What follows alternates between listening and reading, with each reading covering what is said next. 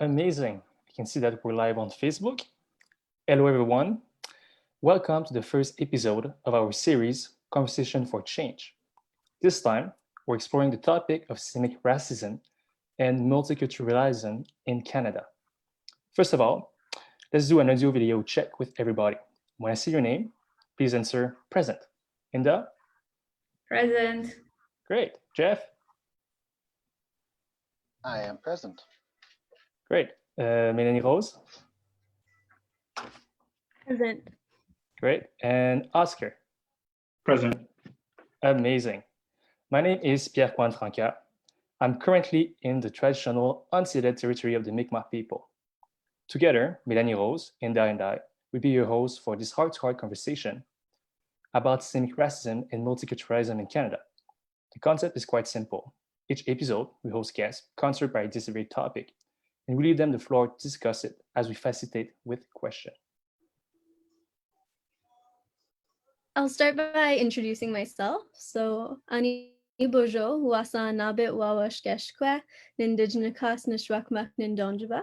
Hello, everyone. My name is Melanie-Rose Frappier. I introduced myself in Anishinaabe 1. I said that my traditional name is Dear Woman Who Looks Far Ahead, and I come from Sudbury, Ontario. Sudbury is also the traditional territory of the Atikomiksing Anishinaabe. I personally identify as Métis Anishinaabe. I am also Pike Clan, and I look forward to today's discussions. Hi, everyone. My name is Inda and TR. Greetings to our guests and our viewers and my co-hosts. I'm really excited to be here and to be doing this. I'm in Moncton, New Brunswick, the traditional unceded territory of the Mi'kmaq people. And we have remarkable guests today, and we're so grateful that they're here to join us. Our first guest that I want to introduce is Jeffrey Copenace. He is a longtime Indigenous public servant. He's Anishinaabe from Treaty Number 3. He speaks publicly about his recovery from addiction and is an advocate for reconciliation and healing to overcome intergenerational trauma and other mental wellness impacts from Canada's residential schools. And our second awesome guest is Oscar Baker III. Oscar is a Black and Mi'kmaq journalist from Elsipogtog First Nation. He is currently living and working in Sydney, Nova Scotia. This is kind of a virtual reunion of sorts for all of us.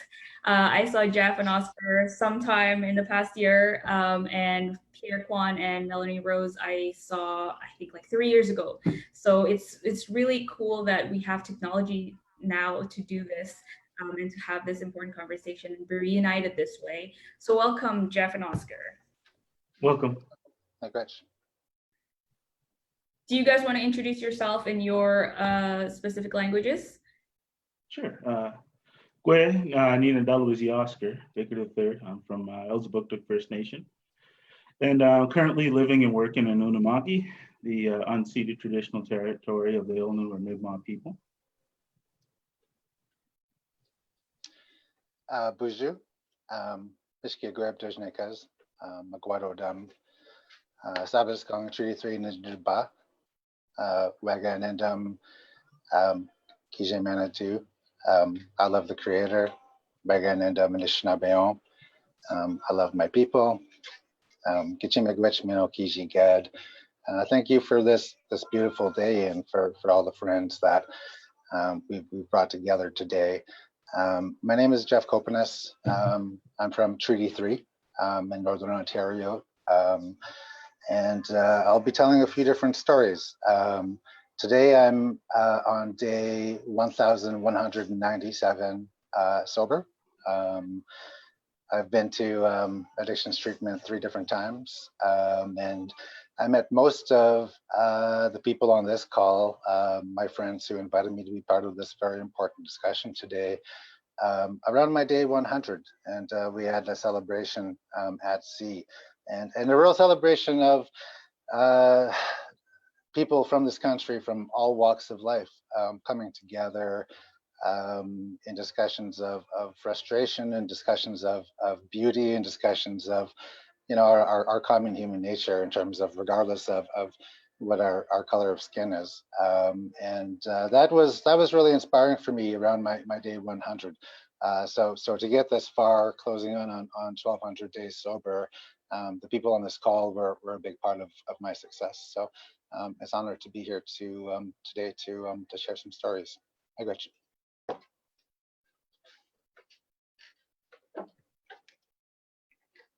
Thank you so much for taking the time to introduce yourselves. So let me begin the discussion with a question to both of you. You can answer individually, and then you can discuss your answers between each other afterwards. Then we'll try to let the discussion go on from there and feed you topics if necessary. So the first question is, what is your definition of systemic racism? How do you think systemic racism has affected you? Is someone in particular wanting to start? Oscar, do you want me to take a crack at it? Sure. All right, I'll kick us off, and I'll try to be brief. Really interesting. I gave lectures, 4 different lectures at 2 different universities, Kaufman University and Vancouver Island University, last year. And the topic at the time was really around what the professor at Carleton described, Indigenous Canadian relations and the history thereof. And it's funny. I started my conversation about growing up in Kenora, about being born in Kenora, which is a small municipality adjacent to my First Nation, about an hour away, where I lived in both lives. I spent most of my time on my reserve with my family, but went to Catholic school in Kenora, and was the last generation, really that after residential schools were sent to Catholic school. And I was born in 1978, and just prior to my birth, in 1974, there was an armed standoff in Kenora, very similar to what we're seeing in the United States today. It was really about systemic racism, about systemic poverty, about barriers. My name actually should have been Jeffrey Indian. My mother's last name is Indian. I'll tell a story later about my grandfather, Joe Indian, who went to residential school. Most of my family went to residential school, and it was my last name was changed to Copenace. Quite frankly, because of the racism that my mother faced with the last name Indian. The standoff that took place in Anishinaabe Park followed an armed standoff in the United States. And primarily they were surrounding police brutality. At the time, there's interviews done with First Nation leaders that talk about local police arresting up to 5,000 First Nation citizens a year, in comparison to just hundreds of non-Indigenous people, white people. The conditions were described in terms of living in the town as less than human, and you got to remember that these are the days that First Nations people only received the right to live or to leave the reserve system without a pass from Indian Affairs shortly after World War II. Really about 70 years ago. The right to vote. Really only about 60 years ago. So the point of the story for me is, in a lot of ways, I was born into systemic racism. I was born into systemic poverty, and that's the hidden story that this country, really has failed to recognize historically, and that we're just catching up. And just a quick point about that, and I'll let Oscar, take over. I find racism, systemic or direct, a lot like addiction. It's been so easy for people to look away and just continue to look away for so long. And it's not my responsibility. It's not affecting me. It's not impacting me. But, it's cost lives. you know, addiction and racism have cost lives because we've looked away. And you know, maybe I'll close on this point. You know, I worked for a man, hereditary chief, a really inspirational man that I really looked up to, former National Chief Sean Atleo. And he used to say that we have a choice on these issues. You know, we can do it the hard way, or we could do it the harder way. And you know, he used to just mean that, you know, we can't just wait for someone else to do this. You know, same with the environment. You can't just keep looking away. You know, you've got a voice. You need to use it. You need to take a stand. And then the last thing that National Chief Atleo used to say, which is really inspiring, you know, in these moments where sometimes it feels hopeless, when, you know, that you see the numbers of missing and murdered Indigenous women in this country, when you see the level of incarceration rates, when you see the number of children in child and family services, you know, it can feel really, really dire. But, you know, at the same time, National Chief used to say, fresh troops are on the way. And, you know, I used to kind of just laugh at that. You know, I used to kind of think it was just kind of like a cool thing to say, right? But it's true, you know, and in my addiction, all I saw was darkness. I didn't see a lot of good things. I ended up homeless a couple of times. You know, I've worked for the Prime Minister, as they've described. I've worked for National Chief. I've done all these incredible things. You know, I've done 20 years as a public servant. I've been a negotiator, but I still really struggled with addiction, and I lost everything. And a lot of it was because of the darkness that I saw, even in my own family, the suicides after suicides, you know, the children taken away by child welfare agencies in my own family. And I lost the light. But you know, when Sean Atleo said fresh troops are in the way, here we are in 2020, and you got this young, incredible group of, you know, some Indigenous and a lot of non-Indigenous Canadians that are working together just to have this conversation. There's a lot of people joining them from what I've seen. I'm excited to be a part of it, and it's time that we really confront it. And you know, the fresh troops aren't on the way; they're here now, right? It's pretty awesome. And now I'm a bit of an older guy, but I'll pass it on to Oscar. So Miigwech, thank you. Yeah, Miigwech, Walalan, for that insight.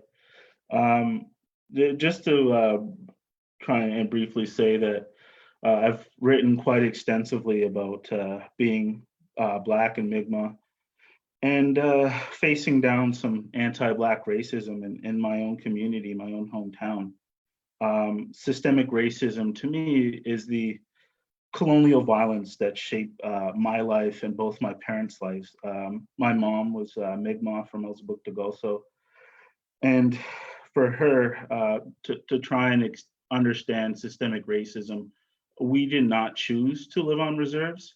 That was a colonial process to remove us from the traditional lands that we hunted and gathered on. And the reserve system placed her and her family there and threatened to take away their hunting and fishing rights. And on my father's side, systemic racism was the fact that he grew up in the Jim Crow South. They were terrorized by the Ku Klux Klan, and his family and my family were kind of riddled by terrorist acts. He remembers a time when him and his sisters, his siblings, had to huddle in tubs because of the bullets that were riddling the house, or when the Ku Klux Klan would burn tires on the front steps. And I wrote about that for The Deep, called A History of Violence. And I was trying to find a way to understand why I seen so much violence and poverty in my hometowns of St. Augustine, Florida, and Elsipogtog First Nation. And I came to the conclusion that a lot of that came from the trauma from what they experienced. So systemic racism at its roots for me is the history of trying to dehumanize people that weren't white, to remove them from their lives, from their land, and use them as resources to try and become wealthy nations. And today, systemic racism, I feel it in my life because as a Black man, I have to constantly let people know of my humanity, that I'm not violent. And that's why in the early days of the pandemic, I rarely left the house, because I really didn't want to operate wearing a mask. I try to explain it like defensive driving. You can know all the rules, but you don't know how people are going to react to how you are. And wearing a mask walking into the store, I don't know if a person is thinking that I'm going to rob them, because of how people perceive Blackness. And I hope throughout my time in this life that I can lessen those effects on the generations that come after me. And that's how I see systemic racism through COVID-19 and today in my life.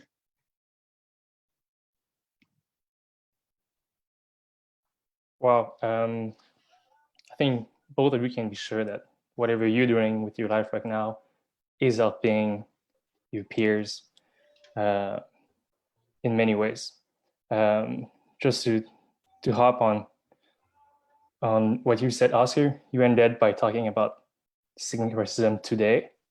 And Jeff talked about how racism among the population is a bit like addiction. It's so easy for people to look away from it. So this brings us to the next question, which is, do you have any example of something that has happened to you recently that is symptomatic of systemic racism, but that might not be considered as such at first sight? If so, would you mind sharing those stories with us? Jeff? Sure, I'm happy to go ahead. You know, I think that the very first systemic racist thing that ever happened to me was, and we'll see if I can get a good close up here, is this card, and it's my status card. And as you can see, I am to certify that Jeffrey Copenace is an Indian within the meaning of the Indian Act. You know, we're registered. If you look back at, you know, the comments of the first prime minister of the country, you know, they viewed us almost as animals. They viewed us as wards of the state. You know, if you look at some of the quotes from the first superintendent, you know, of Indian Affairs, they talk about removing the Indian from the child. They talk about killing the Indian. And I can relate to a lot of what Oscar says. I think a big part of this problem is that, you know, historically, because of, you know, being born under the Indian Act, like Lady Gaga, I didn't have a choice. I was born this way, right? You just get born into a world of racism, a world of tolerance, and a world of how do you survive almost day to day. It really is about, you know, in a lot of ways, when people talk about the United Nations Declaration of the Rights of Indigenous Peoples, a lot of people talk about, you know, free, prior, informed consent, and they talk about resource development, but we're not even there yet because of the centuries of British colonial and Canadian Confederate Indian policy towards our people, which really has only shifted in the past 20 years. We've been decimated because we've only really received rights since the Second World War. We've been always behind. You know, Canada only started funding education on reserve for First Nations to the same level of Canadian public schools in 2018. It's the first time in Canadian history that First Nation schools received the same level of funding. First Nations only received the jurisdiction and the right to have power over their own child and family services last year. For the first time in Canadian history, legislation was passed to allow First Nation children to no longer be just torn from the arms of their mothers in hospitals, which takes place on this country today. And that's the reality, and that's systemic racism. So I mean, there's some really deep entrenched issues. You know, I do want to get to a really positive point though, in terms of how things are shifting. You know, I talked about how my family all went to residential school. I was one of the first in my family to leave home to go for university. A lot of people didn't do it because not a lot of people had done it at the time, and I achieved that. And because of my work in volunteerism, I ended up working for this country. I work for Canada. I worked for the Prime Minister, Paul Martin. I was the first First Nation person I've been told to work in a senior role, and I worked as a senior advisor and as a negotiator as part of a team for the Kelowna Accord. And these are the changes that we need to make. We used to have to literally fight our fights with our fists, and today we fight them with education. Last year, my mother at 60, who's a day school student, which is very similar to residential schools, achieved her master's at the age of 60. These are our new role models. Like, this is how far we're coming in spite of the lack of support we're receiving. We're just surviving, and we're thriving on our own. And the last point I want to make is last month, I'm a senior analyst in the Reconciliation Secretariat at Justice Canada, and as the country shut down, as we see marches in the streets, as we see more unnecessary lives taken, way too early, tragically, you see the anger. I was being sworn in at Justice Canada by Zoom because I was appointed at the same time as this pandemic. And I was I was sworn in as part of my appointment, as part of the oath of government. I swore my oath to Gitche Manitou, the creator, with an eagle feather that was gifted to me by my First Nation, the Ojibways of Onegaming, 10 years ago when I worked for a minister of the provincial government. And I was told it's amongst the first time that this has happened for appointments for public service in terms of swearing in 2020. And, there's a huge part of me that's so proud, but there's a huge part of me that is so brokenhearted about that reality. I just hope that this is a path forward, and I'm starting to see it. So again, thank you for the question, Pierre-Quan. It's good to see you, my friend. Yeah, well, Alan, Jeff, I don't have much to add on to his points. I think he explained it quite well. Just a reminder, I think another great way to tackle systemic racism and the racism that we see every day that you often hear in everyday conversation about when you go to the res or a different res, people are like, be careful. There's, levels of addiction and poverty. But I want a reminder of that I've always been taught was try to make friends with people you don't know. Go into some of our communities, talk to elders, talk to people who are willing to teach you and guide you about us, that we're not so scary once you get to know us. Most of our communities are very loving. They can be distrustful of outsiders because of the overwhelming history that they've had of media and researchers and outsiders just coming in and telling their worst possible stories, leaving without any chance of those First Nations or Indigenous people giving them a chance to explain who they are and where they come from.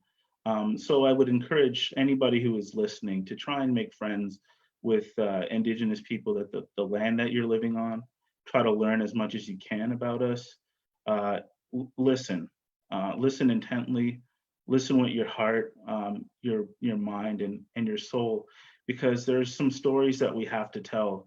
And for too long, we've been defined by government and outsiders, and it's time that we tell our own stories.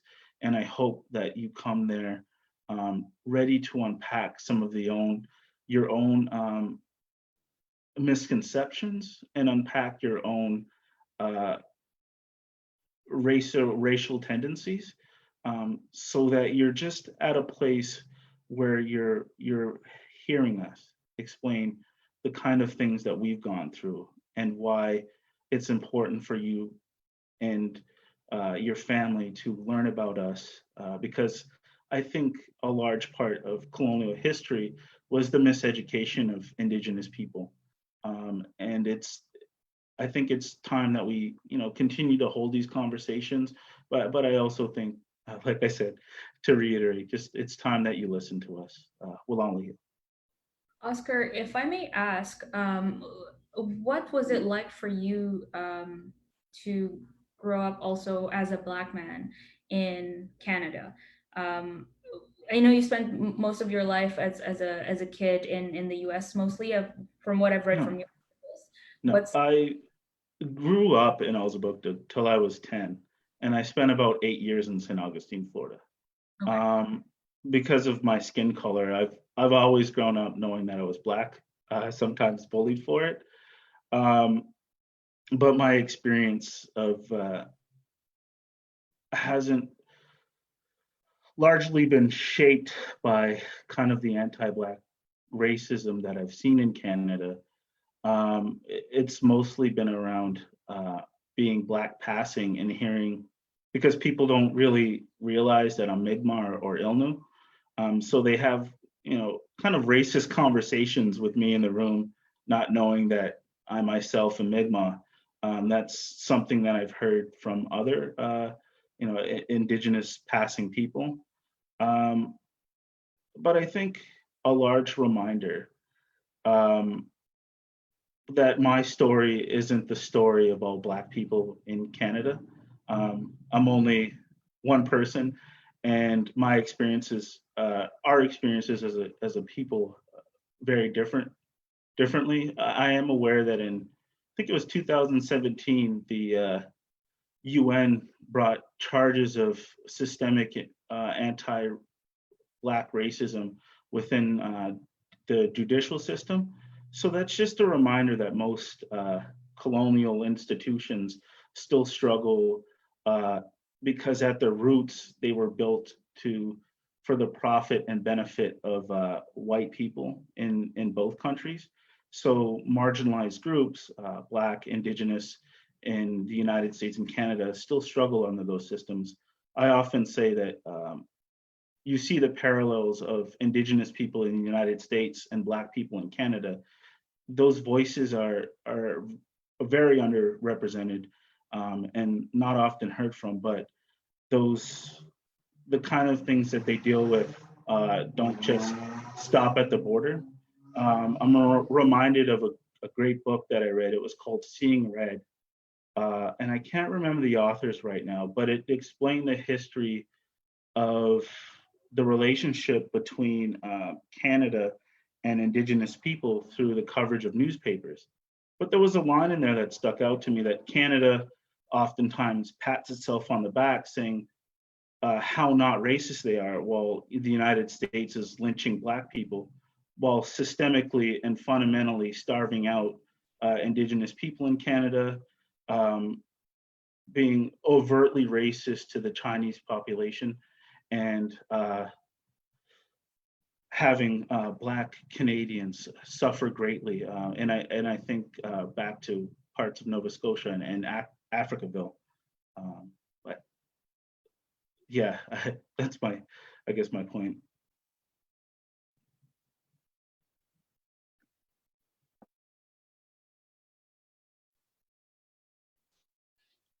Thank you for that. I think Melanie-Rose has a question. Sure, yes, I do. So we've seen massive uprising against racism here in Canada and around the world right now, with the Black Lives Matter movement leading headlines in the United States for many weeks now. The next question is, what do you make of this movement against racism that's happening today? And how do you think it can optimize its way to bring about specific change? Sure. I think about, I think it must have been around the turn of the century, around 2000, 2001. And I was at home from university. I was just completing my undergraduate. And there was blockades. There'd been blockades over year and year over the mercury contamination of grassy narrows First Nation, and the history and environmental degradation and lack of supports for that community. Traffic was being routed through the small town of Kenora. And, like Oscar said, back then when I was a kid, a lot of the times I just try to keep my head down. And I recall actually a group of white friends, non-Indigenous friends that I went to high school with, approaching me and asking me about the blockade dealing with grassy narrows. And, at the time I didn't want to talk about it. I just told them like, oh, I don't know if I want to talk about it. Like I'm used to getting a pretty horrible answer, to be really frank about my thoughts on those issues. And they were really upset. They said, you don't want to talk about it. We were out there blockading today with grassy narrows. And I think that's the first time in my life that I remember a white person like feeling like they were on our side or on my people's side. And I was shocked, I shouldn't say that's the first time. I mean, there were always smaller elements, but never really public, always behind the scenes. And, we've got your back, and, people there that to console you after, but always usually in private. And, it's pretty exciting to see what's taking place. It's horrible what's caused it. It's horrible to see the lives lost. I've got a long history of suicide in my own family. I've got a long history of really young deaths because of addiction. I've got a long history of all types of serious issues that my family has faced, including missing and murdered Indigenous women within my family, young women. So these issues are very real that are causing this. But it's exciting to me that people are taking it seriously, and it's this age of education, it's this age of awareness, it's this age of enlightenment. People are shocked when they realize how recent a lot of these situations were. I'll give you a bit of an example about what it was like growing up as a First Nation person in Canada. I don't think most people would realize, but I think when I was about 12 years old in 1990, growing up in Northern Ontario and most parts of rural Canada, most parts of Canada at the time, there were missionaries all across the country. There were missionaries trying to convert their main goal, First Nation children, to Christianity. And they were in malls and they were at beaches. And me and my brother and my sister, I think about 1990, at about 12 years old, got sent to what we described as Indian Bible camp. And we were taught that we were savages. We were taught that we were fools. They did some inappropriate ceremonies at nighttime with some of the young children.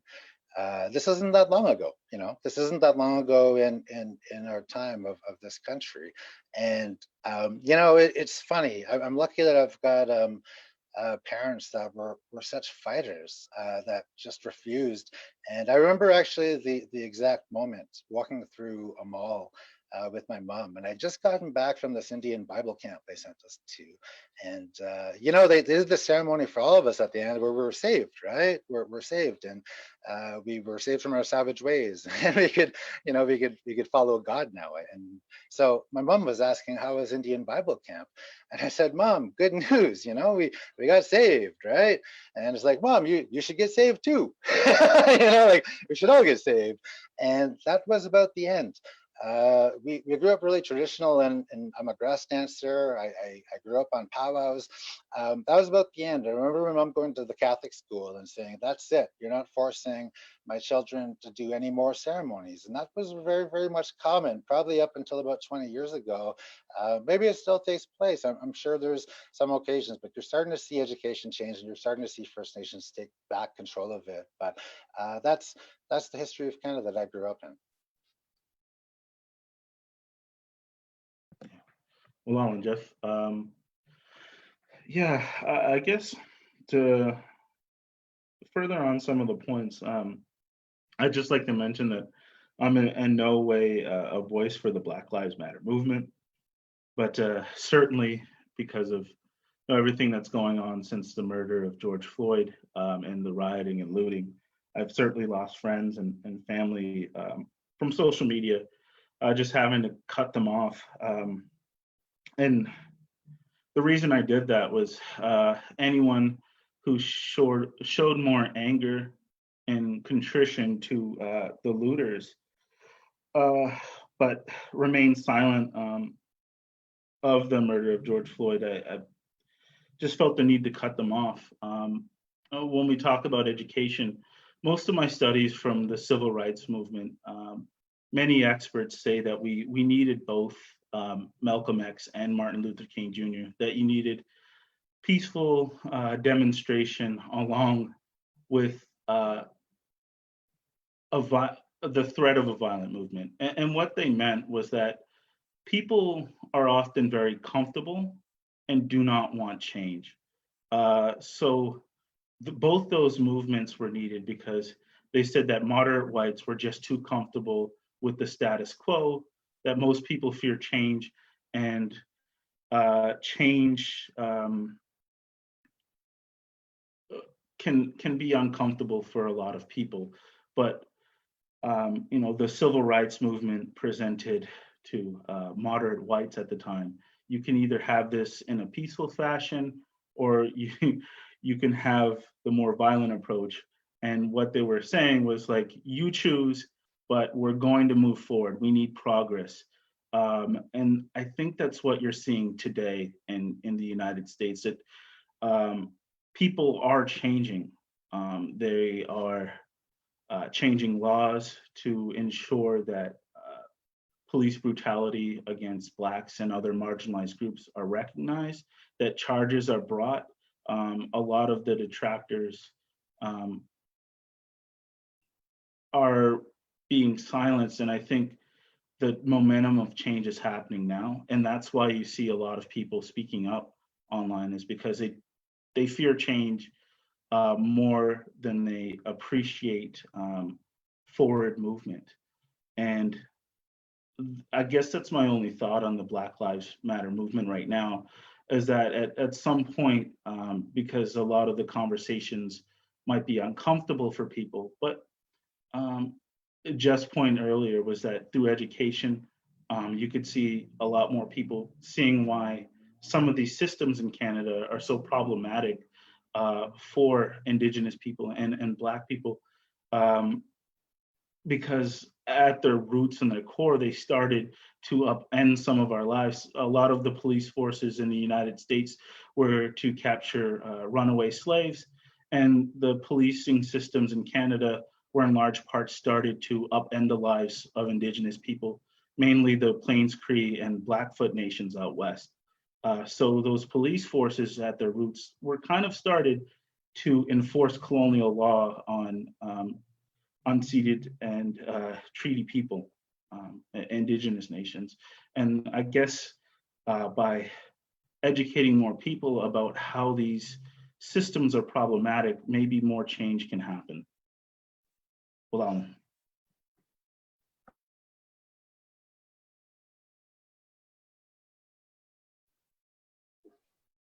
Thanks, Oscar. Thanks, Jeff.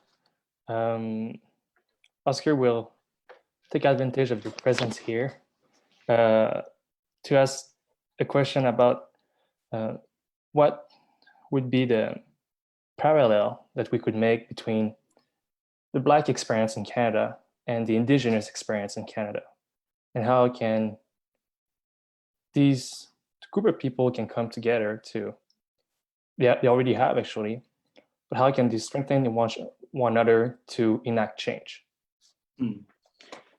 I think a big thing that I've heard throughout these discussions, and they're kind of painful, and I wish they would stop, is what I call the oppression game. Who had it worse, the residential school survivor or the slave? That doesn't bring about any progress. And to try and move forward with that, I think we need to, and people are already aligning themselves as allies, moving forward to try and just say, these systems are very harmful to both of us, both groups of people, and the people who are identify with both groups. There's a significant amount of people who are Afro-Indigenous also. not just Black and Mi'kmaq like myself, but I've met people who are Black in Anishinaabe, Black in Haudenosaunee, Black in Cree. And so I think, that's already happening. And a lot of that work is at the grassroots level.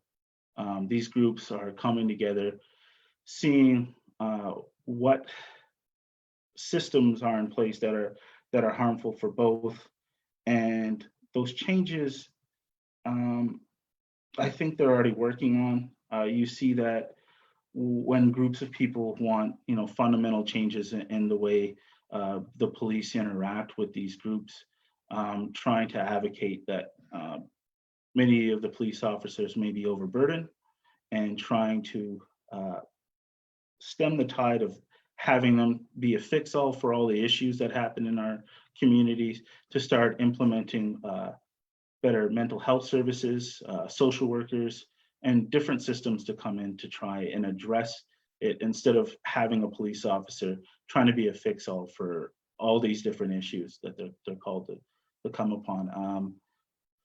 I wish I was better informed on more of the movements that are happening today, but I put my trust that a lot of these young folks are very educated. They know what they're talking about, and it's incumbent on all of us to sit down and listen. We might not always agree, but when you come from marginalized groups that are Black or Indigenous or other people of color, we've been silenced for way too long, for centuries. And the one thing that I hope we can all agree upon is to just listen to one another, to hear our concerns, not dismiss what we're going through, and hope that when we start talking and discussing things, that we can come up with viable solutions that work for everyone. Lala. Hello, and Oscar. So we have some questions coming in from Facebook now about it's in New Brunswick and in many parts of Canada, we're accepting a lot of immigrants, right? And we always talk about Canada as a nation of immigrants. I'm an immigrant, and in the beginning, I had these views of Canada that's just all glowing. It's like a unicorn with a lot of rainbows and maple trees and stuff.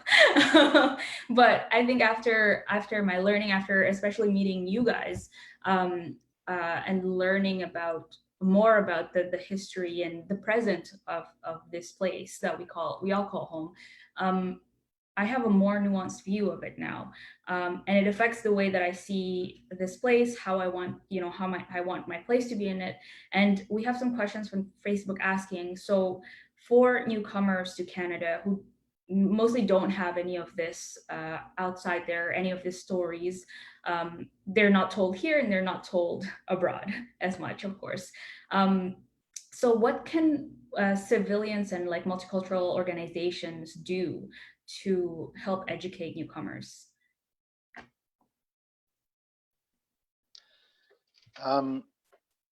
So I think something I just want to touch on Oscar's last point as well, in terms of listening to each other.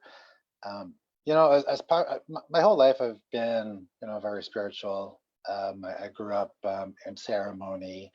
But never was it more important to me than when I got sober, and when I started my battle with addictions. And through this work, there's so many elders that Fred Kelly, Claudia Commanda, Thomas Ludick, that have played a role in my sobriety, and they all say the same thing. That our teachings are for all of us, that when we pray to the color red of the medicine wheel, the color black, the color white, the color yellow, when we pray to the east, south, west, and north, and to the four medicines, these teachings are for all of us. That when I go into ceremony, that our elders say that we're all praying to the same creator, Kishimanatu, that we all live on the same planet, that we need to come together. And so, when I hear, about your own experience and, your experience with one of the participants, Aaron, on C3, I think that was my first day and the first morning. And how emotional you were getting about sharing teachings and about, you know, quite frankly, how difficult it was for a number of First Nations, Métis Nation, and Inuit people on the Canada C3 to celebrate Canada Day and to celebrate the 150th anniversary, because there's so much reconciliation that is still required. But with that said, you know, our teachings are still for all of this. You know, when we go into ceremony, our elders and, you know, our leaders always talked about that even prior to the first coming of, you know, non-Indigenous peoples to Turtle Island, to Mother Earth, to North America, that they foresaw that a new man would come, that a new woman would come, that new people would come, and we welcomed them. You know, the treaties in Atlantic Canada are all about peace and friendship, and as we prepared for them, as word, you know, throughout the continents, from South Central and North America. And remember, we had international trade systems, we had governance systems, we had some of the first major cities of the world in South America. We had major trade networks prior to you know, being discovered allegedly in 1492. We had all of this beauty. We had our own laws about the environment. But with that said, we still welcome the newcomers. And one of the most beautiful teachings, and it comes directly from Treaty 3, the Anishinaabe people that I am a part of, is about from the negotiations that took place of Treaty 3. And it's funny, you know, everyone always calls the Treaty 3 the treaty that is about education, because Ogeechee-Tessakatchaway, when he negotiated Treaty 3 amongst the clansmen, the different families, the clans leaders, what they talked about in negotiations was that I will take your first son or daughter, that they expressed to the colonial government, and you will take my first son and daughter, and they will go to our communities and they will learn what is good about each other. We'll share what is good about each other, and then we'll return and they'll come back and they'll teach others. That's what our teaching about education was in Treaty 3. It wasn't necessarily about rulers and pencils and pens and teachers in grade 7. It was about how are we going to live harmoniously? How are we going to teach each other? How are we going to educate ourselves so that one doesn't dominate another? That's what treaty was all about. You know, if you look back at the history of Canadian Confederate government, treaty was all about the railway. How do we get access to the land so that we can clear away? And how do we move these people from these territories? That's what Oscar talks about, the role of the RCMP. That was the role of it largely in Canadian history. There's a very good article in The Guardian right now. But with that said, immigrants are welcome. There's, you know, the last point I'll make here, and I know I ramble on a lot, but I did some work for the Ottawa Senators Hockey Club, the NHL team last year. And who would have thought, 2019, and all these NHL hockey clubs want to recognize First Nation and Métis and Inuit people, and the Ottawa Senators called me up. I've got some colleagues that I work with in the Prime Minister's office there. And, you know, Sean Atleo used to joke that for the longest time, you know, like it was hard to be First Nation. You know, sometimes you'd say being an Indian sucks. I remember saying that when I was a kid and, you know, whack in the head, right? And you never say that. You be proud of who you are. And here we are, 2019, and like Sean Atleo used to say, Indigenous people are sexy now, right? Like everyone wants to be us. it's kind of funny, but who would have thought? Like in my 41 years on this planet, that in lots of ways, and I just think it's going to be painful until we get to that point. But thank you very much for that question. Yeah, miigwech, Jeff. Multiculturalism and how to educate newcomers about Turtle Island. I guess as a group or organization, you can point them to books and readings by Black and Indigenous authors to try and help them understand. And I did come up with a few that I think one of the first books that comes to mind is The Inconvenient Indian by Thomas King. When I was just integrating back to Canada, having spent about 8 years in St. Augustine, Florida, I didn't quite understand the kind of trauma that led to the levels of alcoholism in my home community. So I took a Native Studies course at St. Thomas University, and it really opened my eyes.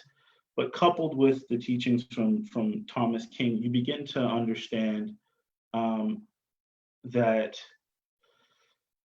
almost from the onset, the relationship between early settlers and Indigenous people was that we were seen almost like an inconvenience, that we were a problem that needed to be remedied and not necessarily people who could work towards solving our issues together.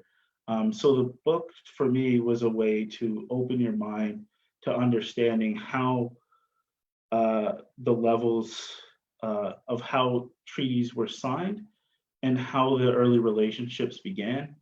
And to just try and get a hold of that level of understanding to understand the history and relationship with Canada and Indigenous peoples. The second book that comes to mind is by a Haudenosaunee author, A Mind Spread on the Ground, by Alicia Elliott. That book deals with depression, among other things, but it also touches on a lot of the issues of, call it almost self-love. I think, and maybe it's just my own interpretation of her work, but for Indigenous people and Black people, a large part of colonial history is almost being taught self-hatred, not learning to love yourself, to almost see yourself as problems, to see the very flaws that are within your own skin. And I think a big form of resiliency is self-love. And my third book, I haven't read myself, is The Skin We're In by Desmond Cole. I think all three of these books can try and paint a clear picture for newcomers about the Black and Indigenous experience here in Canada. I guess I remain hopeful that people who are just coming here and wanting to learn the history can gain through different readings, through history books, and also to become our advocates, to push for some of this history to become part of the citizens test, to become part of the everyday high school curriculum, to be taught widely and abroad the true history, because you still have textbooks out there that try to rewrite history to make it more a little friendlier than it is, to refrain from the bloodiness. But that trauma has in many ways seeped into the blood of Indigenous peoples, and it's time that people learn that history, to share in that grief and that trauma, and to work to better it for the generations that are to come and for the people who are still here. Well, Do you guys feel that it's a month of a lot of things? June, National Indigenous History Month. We just celebrated Indigenous Peoples Day. We just celebrated Multiculturalism Day yesterday, and it's also Pride Month. So we're celebrating a lot this month. But I'm curious if you think multiculturalism that we're speaking about today have been inclusive to the very old Black cultures in Canada and also Indigenous cultures in Canada.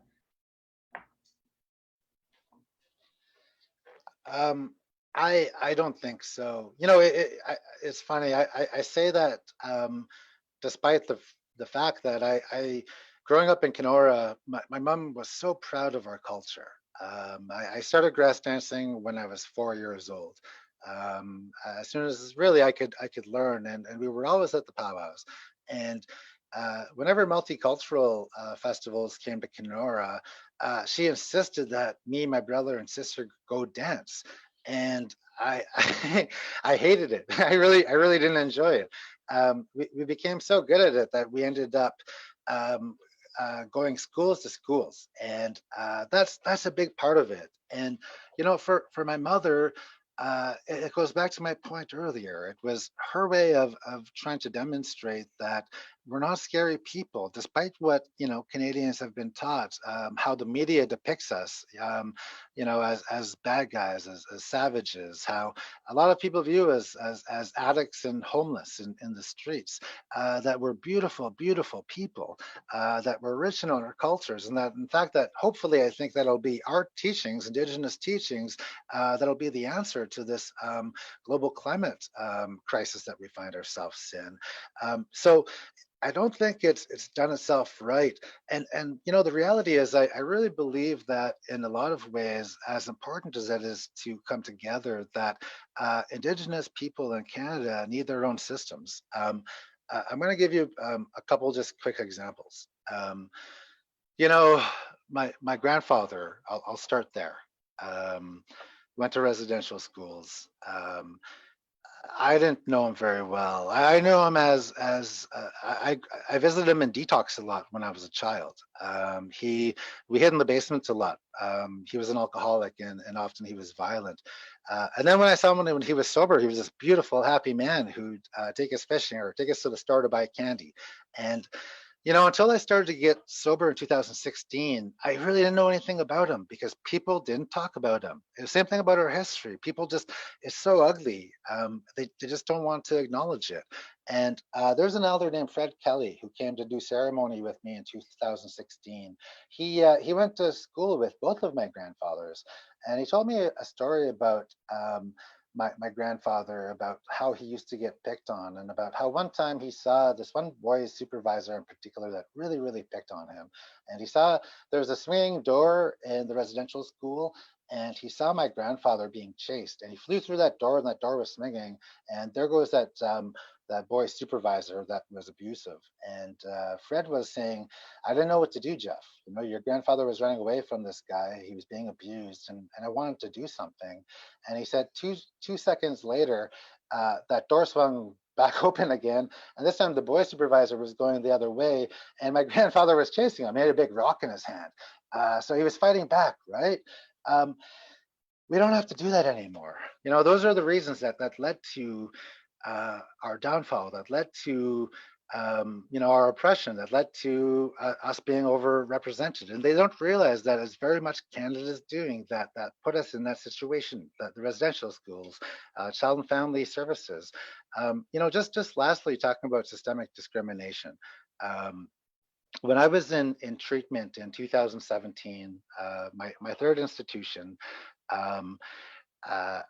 I went to 3 different centers. The public ones were almost all primarily First Nation clientele. Maybe 1 or 2 white people, but very few. But the entire administration, the entire program, everything top to bottom was all non-Indigenous. There was no Indigenous inclusion whatsoever in the program delivery.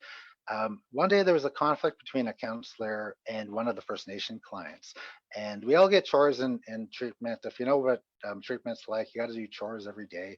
It kind of sucks, but you got to do them. They're teaching you about responsibility, and this girl wasn't doing her chores, and she said something in her language, and she was Ojibwe, and she was primarily fluent in the language, and it wasn't anything serious, and the counselor wrote her up for speaking in her own language in 2017, and the young woman was punished.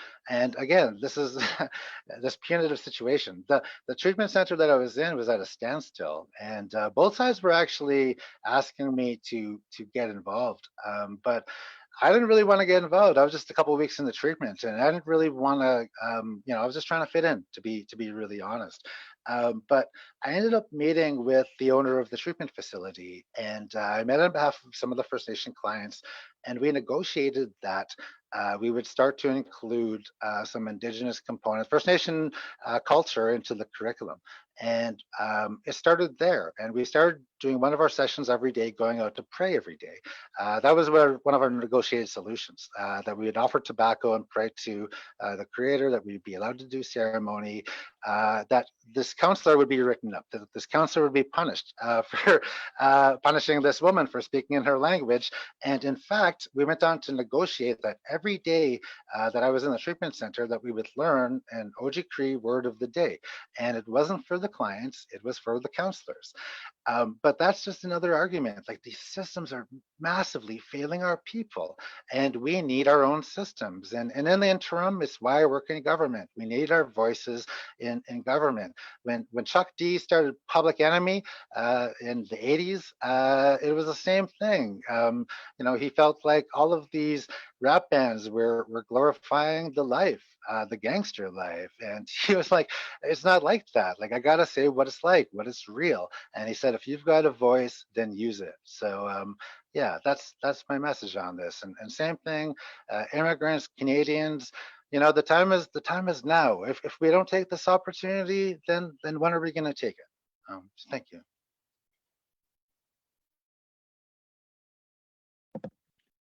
Yeah,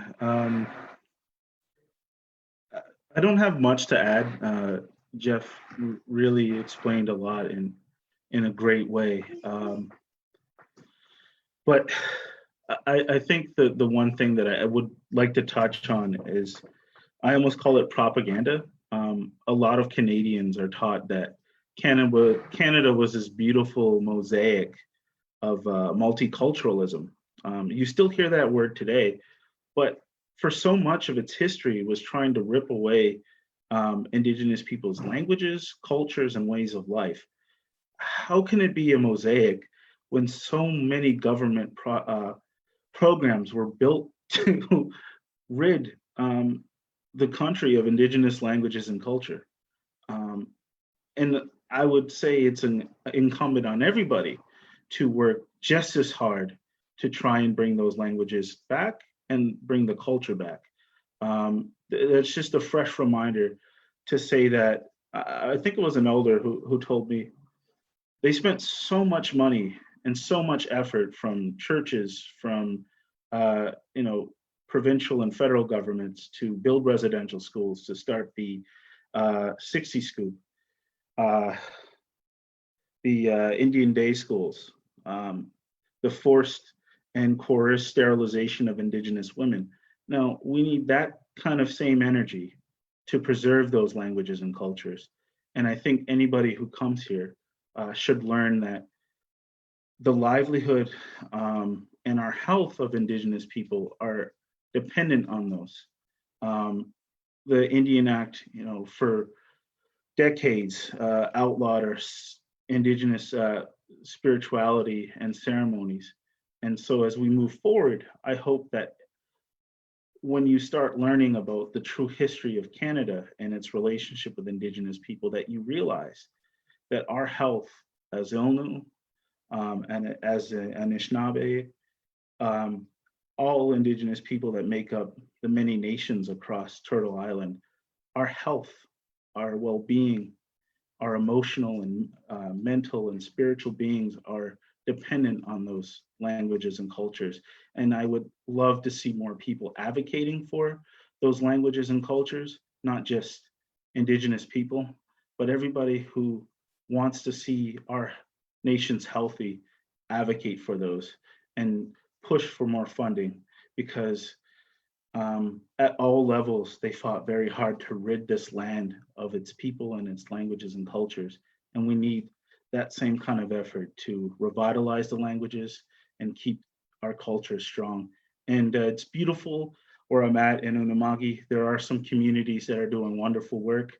I've heard of some, Ilnu youth who can't speak English today.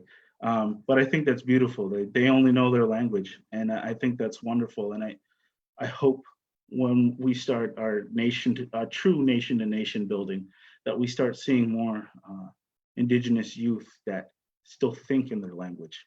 And that's a problem that my generation faces when we try to learn our languages. There are people, our elders, still thinking their language. And I think that's so beautiful. And I hope we can recapture that and make it a fundamental point of our nation to nation building. I hope to see more of our Indigenous ways in government when we talk.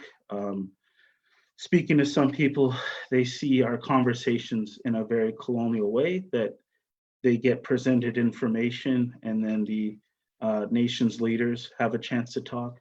But what I call as Indigenous ways of knowing are talking circles, where everybody has a chance to speak their mind, to share what they know, and each person has a turn to talk. And I hope we start to see more of that in upper branches of government as we move forward, to truly weave together a mosaic. But yeah, I just wanted to reiterate that we haven't been woven enough into Canadian culture to truly call it a mosaic. And I hope that begins to happen in the future. Lawan. Okay, so as we're nearing the end of this discussion, I just wanted to say thank you, first of all, for everything that you've shared and being so open with your personal experiences. As we know, as Indigenous people, it's not our responsibility to educate people, and it's also not our responsibility to open up and share those stories. So I just want to thank you for the courage that you showed today. I do think that these conversations are instrumental for going in the right direction, and for the people that are online here listening and learning. So the last question that we have here today is in regards to solutions. So what, in your view, is the most potent instrument of change? How can we all take part in this going forward? Maybe I'll jump ahead there, Oscar, and then I'll let you close the show.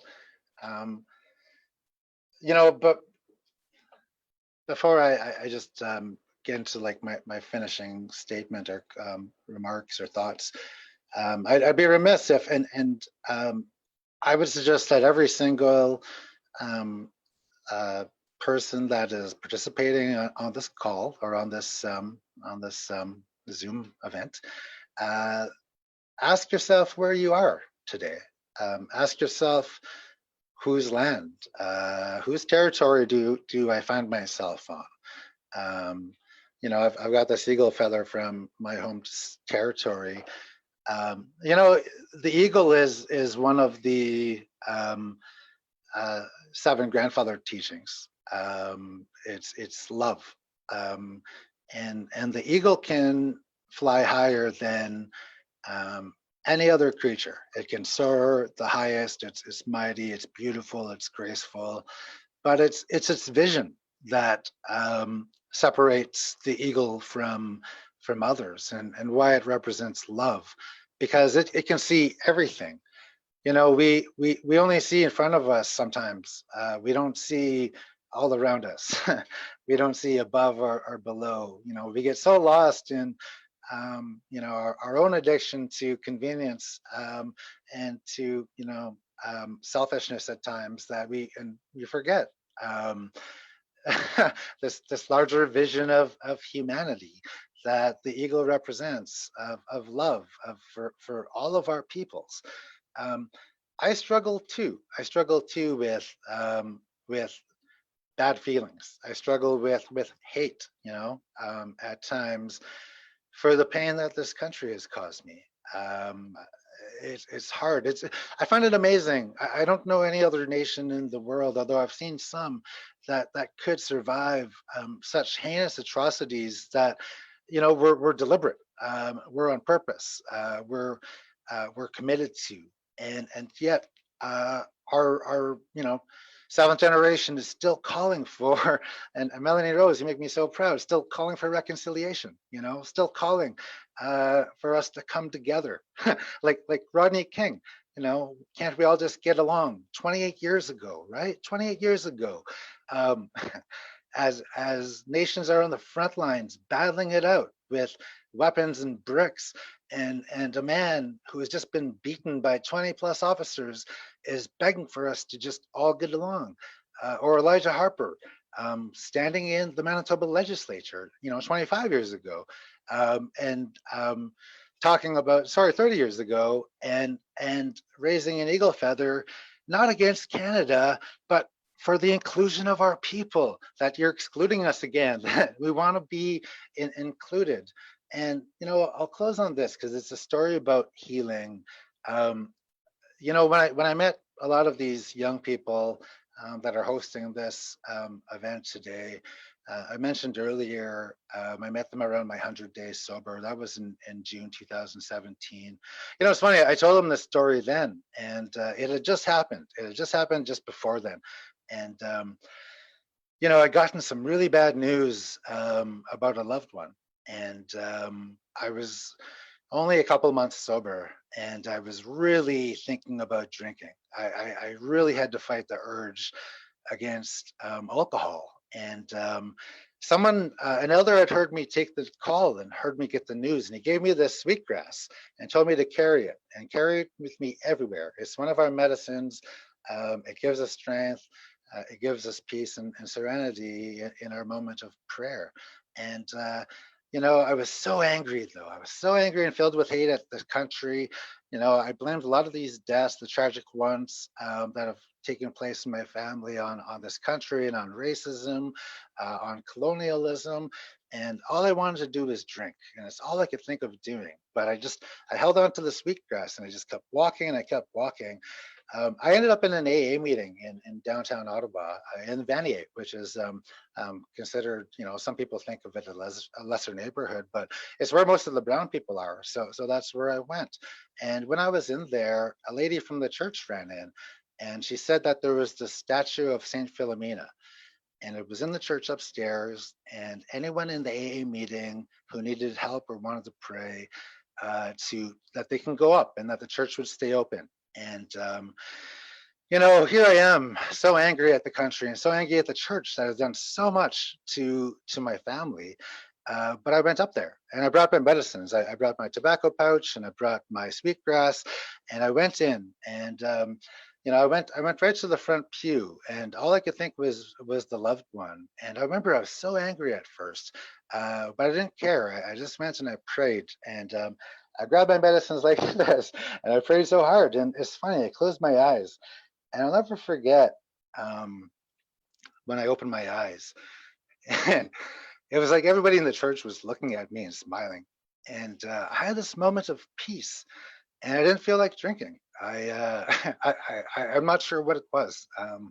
I had found my creator in this place that was so destructive to my family, and here I am, finding reconciliation, finding my way along this journey. And so that's what I mean about our teachings. Like you'll find love and compassion in the strangest places when we really need it. And I hope that's what's happening today in this country. I hope that's what's happening. It's an honor to be here. In my language, we don't say goodbye. We say Mino ga wabamin. It means we'll see each other again. I'll say Mino ga wabamin, alligator, right? I know it's a bad joke.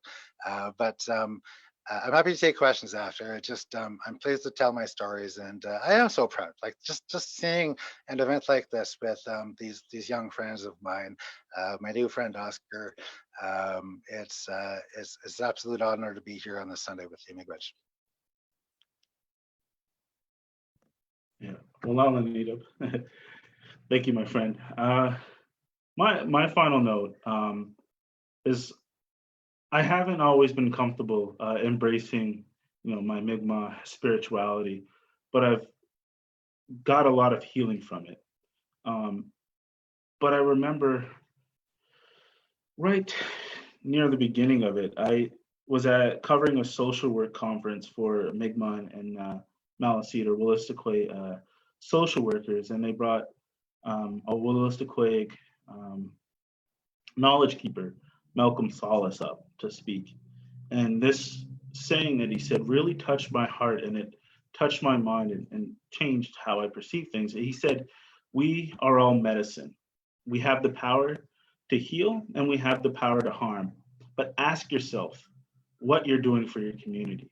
And I had to look inside myself and have an honest conversation of what I was being. And I always thought I was a great guy, but I was pretty toxic. I had to look within and grapple with my own toxic masculinity, any homophobia or transphobic feelings that I may have had. And I wanted to leave you with that note too. As we go forward and try and build better relations with each other, I would challenge each of you to be good medicine to the community around you, to constantly challenge yourself to do away with some of the harmful and toxic views you have, and to ask yourself how you can better the community around you. And if we each commit to that, then I think we can build a better community together. But it starts within yourself, I think. And that's the last message that I'll leave you with. Apno multas. Thank you very much, Oscar and Jeff. I think that's a perfect way to end this conversation.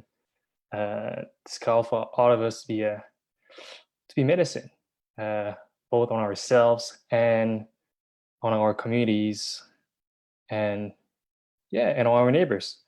So I'd like to thank everyone who's watching, who has watched or just joined, and I'd like to thank Jeff and Oscar. Thank you, Jeff. Thank you, Oscar. Well, Miigwech, thank you very much, Pierre-Quan.